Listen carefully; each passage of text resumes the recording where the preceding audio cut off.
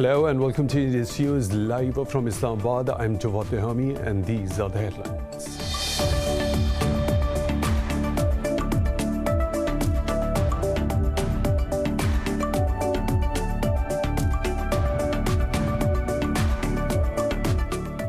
Pakistan's Prime Minister Imran Khan says the ongoing conflict in Afghanistan is detrimental to peace in the region. He was addressing the second General Conference of the Economic Cooperation Organization's Parliamentary Assembly in Islamabad.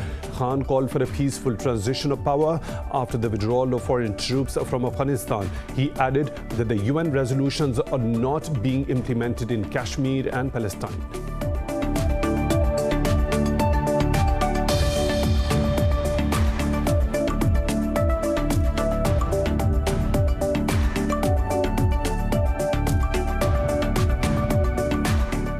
NATO Secretary General Jens Stoltenberg says allies are considering further steps against Belarus over the forced landing of a flight to arrest a journalist. In a press conference along with UK's Prime Minister Boris Johnson in London, he said Belarus authorities must release all political prisoners. Johnson termed the incident outrageous and said allies must stand together in protest against Belarus.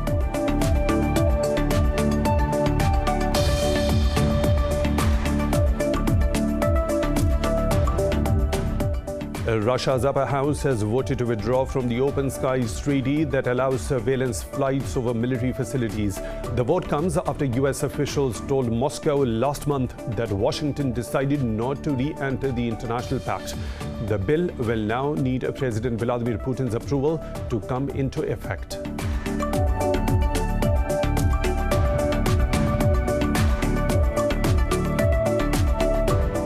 Israel's parliament has elected former centre-left politician Isaac Herzog as the country's 11th president. He will assume the presidency next month, replacing Reuven Rivlin, who is ending his 7-year term. Meanwhile, opposition leader Yair Lapid has agreed terms with several parties to form a coalition government.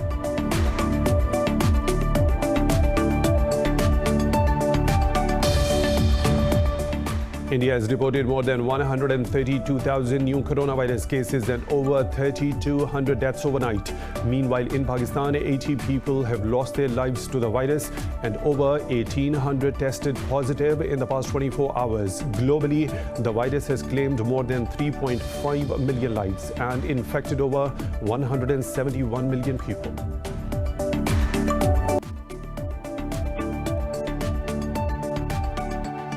Those are the headlines and detailed stories right after a short break. Stay tuned.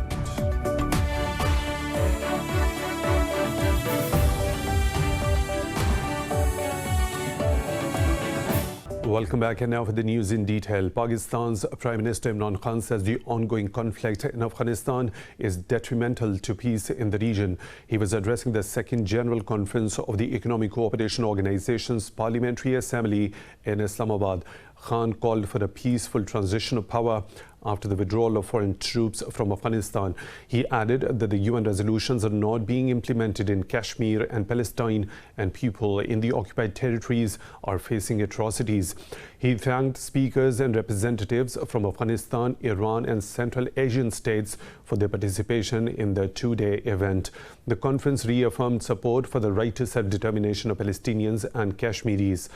Meanwhile, Speaker of the Turkish Parliament, Mustafa Santov, said Turkey supports the International Criminal Court's probe into Israel's war crimes against Palestinians. The participants also hailed Pakistan's efforts for enhancing regional connectivity. Pakistan and Tajikistan have agreed to further deepen their bilateral relations with special focus on trade and economics. The agreement was made during a meeting between Prime Minister Imran Khan and Tajik President Imam Ali Rahman in Islamabad. Khan apprised the President of developments in the Afghan peace process and the situation in Kashmir and Palestine. In his remarks, Tajik President said his country considers Pakistan a reliable and trustworthy partner. The two sides also discussed Tajikistan's access to Karachi and Gwadar seaports. They also signed a joint declaration on next steps in building strategic partnership for regional integration. Rahman also met Pakistan's Foreign Minister Shah Mahmood Qureshi and discussed ways to expand bilateral cooperation, including trade. Moving on, at least 12 people have been killed and a dozen others wounded as 3 bombs rattled Afghanistan's capital city of Kabul. The Taliban have denied their involvement, while no other group has claimed the responsibility yet. Meanwhile, the Taliban claim to have killed dozens of policemen in Nangarhar and Logar provinces. In a tweet, a Taliban spokesman also accused Afghan forces of injuring 8 civilians by firing mortars in the Baghlan province. The government did not comment on the Taliban's claim. China will virtually host the 4th China-Afghanistan-Pakistan trilateral foreign ministers dialogue on Thursday. The announcement has been made by China's foreign ministry spokesperson Wang Wenbin. Chinese State Councillor and Foreign Minister Wang Yi will preside the meeting. According to Chinese state media, the ministers will discuss the current peace and reconciliation process in Afghanistan. Matters related to security cooperation and counterterrorism measures will also be discussed. NATO Secretary-General Jens Stoltenberg says allies are considering further steps against Belarus over the forced landing of a flight to arrest a journalist. In a press conference along with UK's Prime Minister Boris Johnson in London, he said Belarus authorities must release all political prisoners. Johnson termed the incident outrageous and said the allies must stand together in protest against Belarus. The European Union and the United States have already rolled out measures against Belarus. The EU also asked Europe-based airlines to avoid Belarusian airspace. Russia's upper house has voted to withdraw from an international treaty that allows surveillance flights over military facilities. The bill will now need President Vladimir Putin's approval to take effect. The vote comes after US officials told Moscow last month that Washington decided not to re-enter the Open Skies Treaty. The US left the treaty last year, accusing Russia of violating it, a charge Moscow denies. This comes as Putin and US President Joe Biden are expected to meet in Geneva on the 16th of June. Russia says it will closely monitor the upcoming naval drills co-hosted by Ukraine and the US. The annual Sea Breeze drills involving personnel from a number of NATO countries are set to take place from June the 28th to July the 10th. Moscow says the drills go well beyond what it called Ukraine's own Black Sea zone. In a statement, Defense Ministry said Russia will respond to protect its national security if necessary. Tensions between Russia and Ukraine have surged in recent weeks over the troubled Crimea region. The UN has condemned attacks on Israel's Palestinian minority by extreme right-wing and vigilante groups, including settlers. UN Special Rapporteur on Minority Fernand de Varanes said the settlers persecute Palestinians with reported backing of security forces. In a statement, de Varanes said violence, hate speech and discrimination against Palestinians must stop. He said the disproportional use of force in Sheikh Jarrah, Damascus Gate and the Al-Aqsa Mosque are some of the worst cases of violence against Palestinians. Meanwhile, Palestine has summoned 4 European ambassadors over their country's negative votes for Palestinian cause at UN Security Council and the WHO. Israel says it has destroyed a Syrian army observation post in the occupied Golan Heights. In a tweet, a military spokesperson said Tel Aviv will not tolerate any attempt to violate its sovereignty. He said Israeli troops stormed the post and detonated it with explosive devices. The spokesperson said this is the 3rd such Israeli operation in Syria in the past year. There are no immediate reports of casualties in the strike. The Golan Heights, a strategic military zone, was seized by Israel from Syria during the Six-Day War in 1967.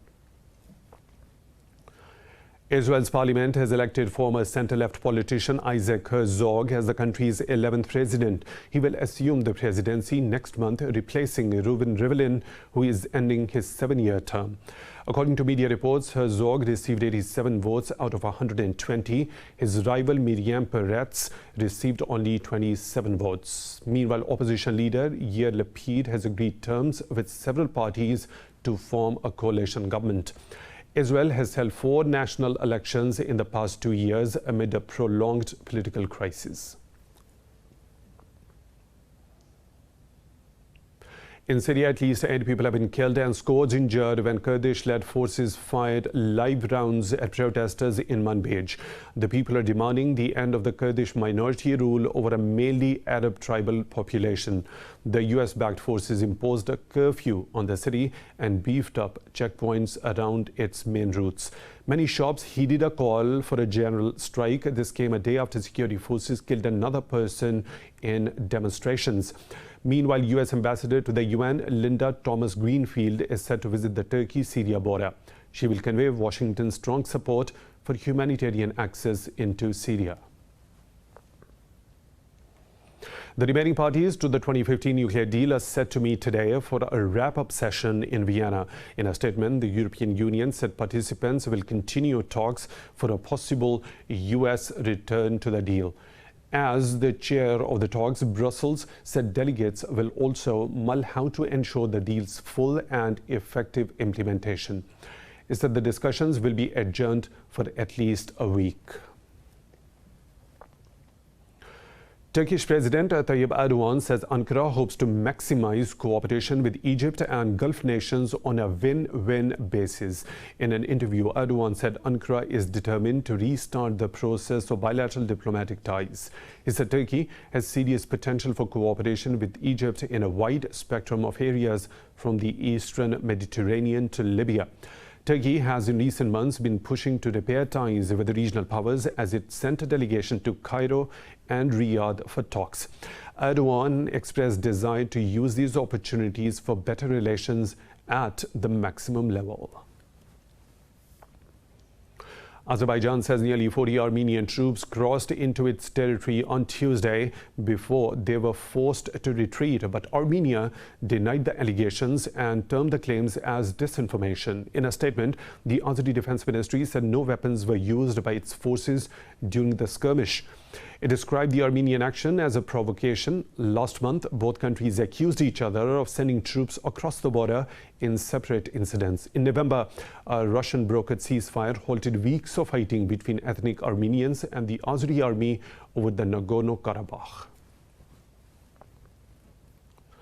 More stories to follow, but right after a short break. Stay tuned.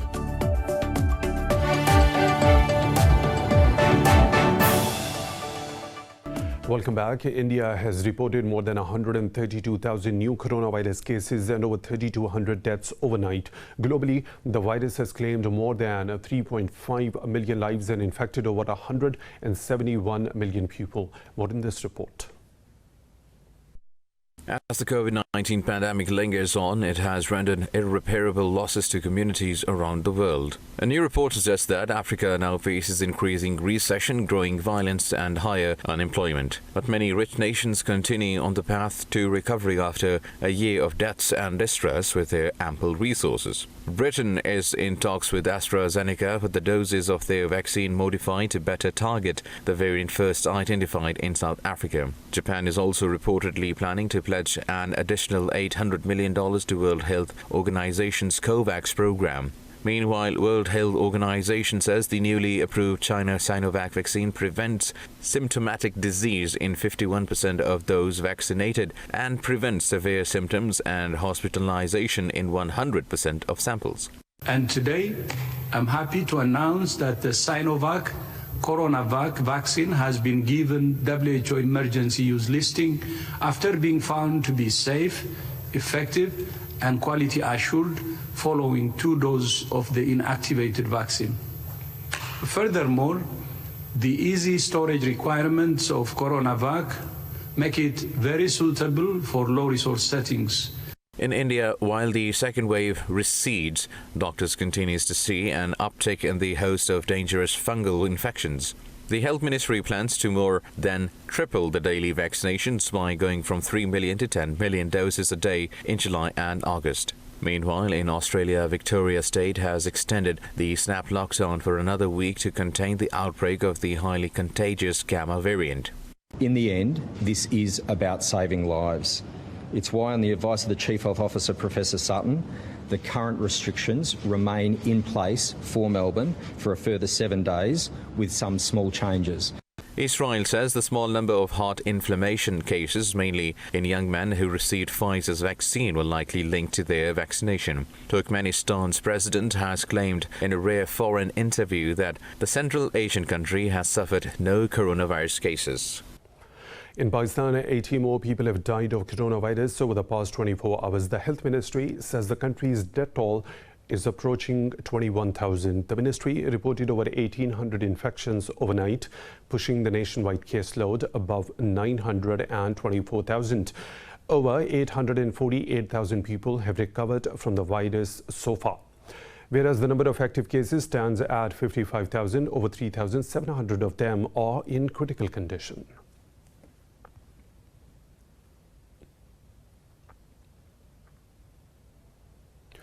Pakistan's Army Chief General Qamar Javed Bajwa has visited the field training area near Kotli to witness the exercise Taskhir-e-Jabal.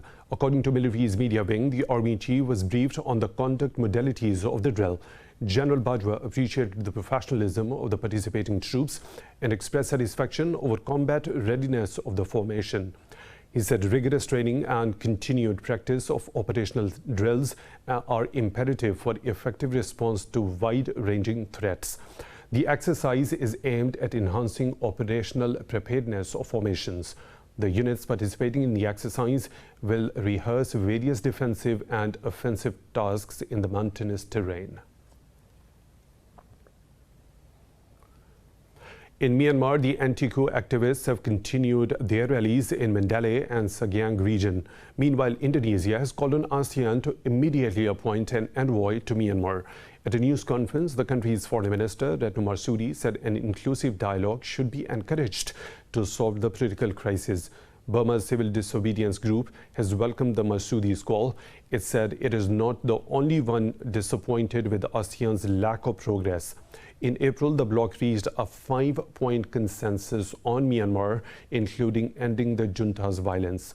The security forces have killed over 840 civilians in a brutal crackdown on dissent following the February 1st coup. Russia's upper house has backed a legislation that seeks to ban allies of Kremlin critic Alexei Navalny from running in elections. The bill was overwhelmingly approved by the Federation Council. The legislation will not only affect the activists of Navalny's political network, but thousands of Russians who backed them. A Russian court is also considering to designate Navalny's political network as an extremist organization. Critics say the authorities are widening a campaign against the opposition ahead of the parliamentary elections in September.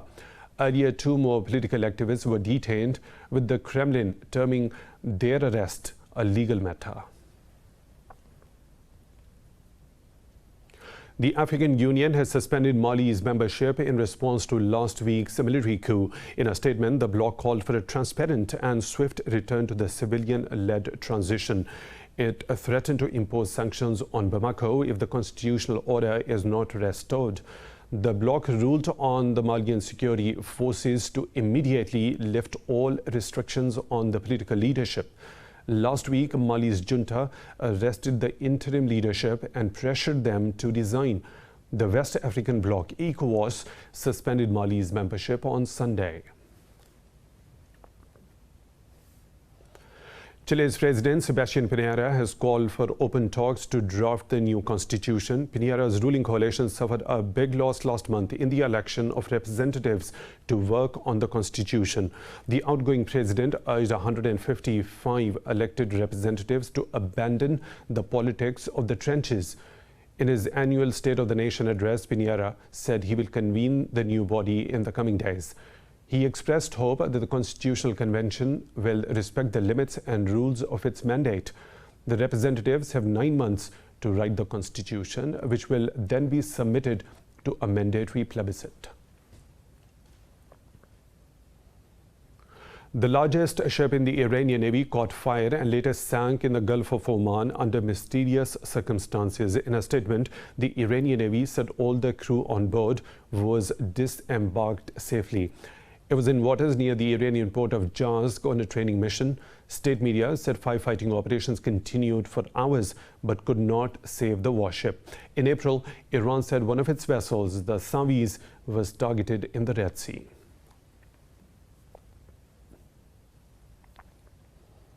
A container ship that caught fire on the 20th of May off the Sri Lankan coast has started to sink. The ship was carrying nearly 1,500 containers, including 25 tons of nitric acid and 350 metric tons of oil, along with other chemicals. Authorities are battling the blaze since for nearly 2 weeks, with flaming containers laden with chemicals falling from the ship's deck. Sri Lanka's Marine Environment Protection Authority has warned that the ship press pearl could create an oil spill emergency. Tons of plastic pellets have also swamped the island's coastline, creating one of the biggest environmental crises in decades. The government has banned fishing along an 80-kilometer stretch of coast, while hundreds of soldiers have been deployed to clean the beach. While the president of Sri Lankan Fisheries Society said the sinking vessel will be a death blow to the industry. The U.S. has urged Central American governments to do more to help contain illegal migration. Secretary of State Antony Blinken was speaking at a news conference with Costa Rican President Carlos Alvarado in San Jose. Blinken said good governance is crucial for confronting challenges and seizing the opportunities of the moment. He said regional cooperation to address the migratory pressures is now more important than ever. However, the top U.S. diplomat voiced concerns about the health of local democracy and human rights in the region. Blinken is traveling to Costa Rica to hold talks with leaders from Central America and Mexico. In China's Heilongjiang province, one person has died and 16 others are injured after a tornado hit Shaanxi city. Local media says the injured are being treated at the hospital, with one in serious condition. State media reported that at least 148 houses, as well as farmland and factories, have been damaged. The storm also caused power outages and the suspension of a high-speed railway section. The tornado, along with hail, hit 4 counties in the city.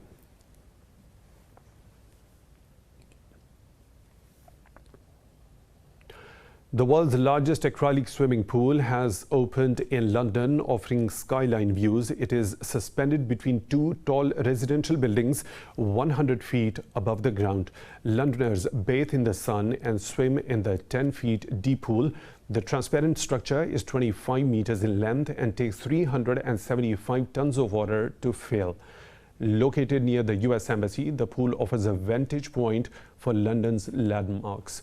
It has been designed by architects Arup Associates, aquarium designers Reynolds, and structural engineers Eckersley O'Callaghan. The pool was manufactured in the US state of Colorado before its journey across the Atlantic to the British capital. It's time for a short break. We'll be back with more stories. Stay tuned.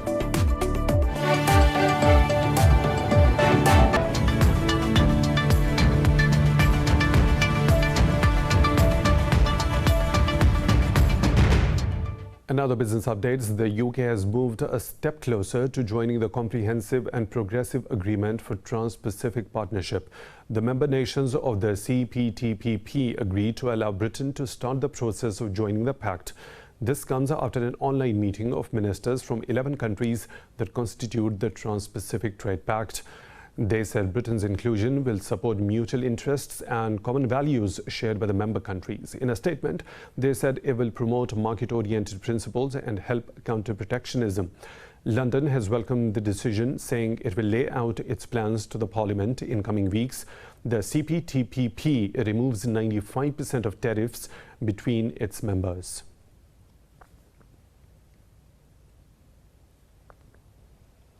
The United States and China have agreed to maintain communication on economic ties. Chinese Vice Premier Liu He held a video conference with U.S. Treasury Secretary Janet Yellen. China's Commerce Ministry said they had extensive exchanges on the macroeconomic situation and multilateral cooperation. It added the two leaders exchanged views on issues of mutual concern. Meanwhile, the U.S. Treasury Department says Yellen stressed the importance of cooperating on areas that are in the U.S. interest. This is the second round of talks within a week between the top economic and trade officials of the two countries. A U.S. electric car maker Tesla has recalled nearly 6,000 vehicles from across the country due to loose brake caliper bolts. In its report, the company said that the defect was found in Model 3 and Model Y cars.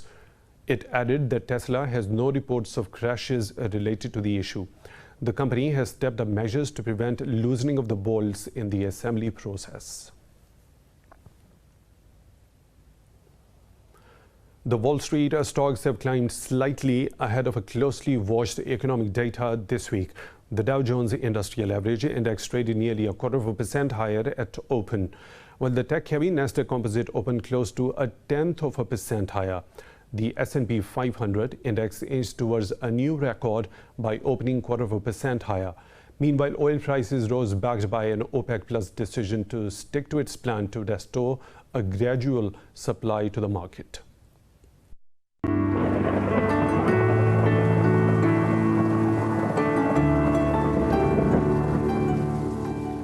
Another weather situation from around the globe.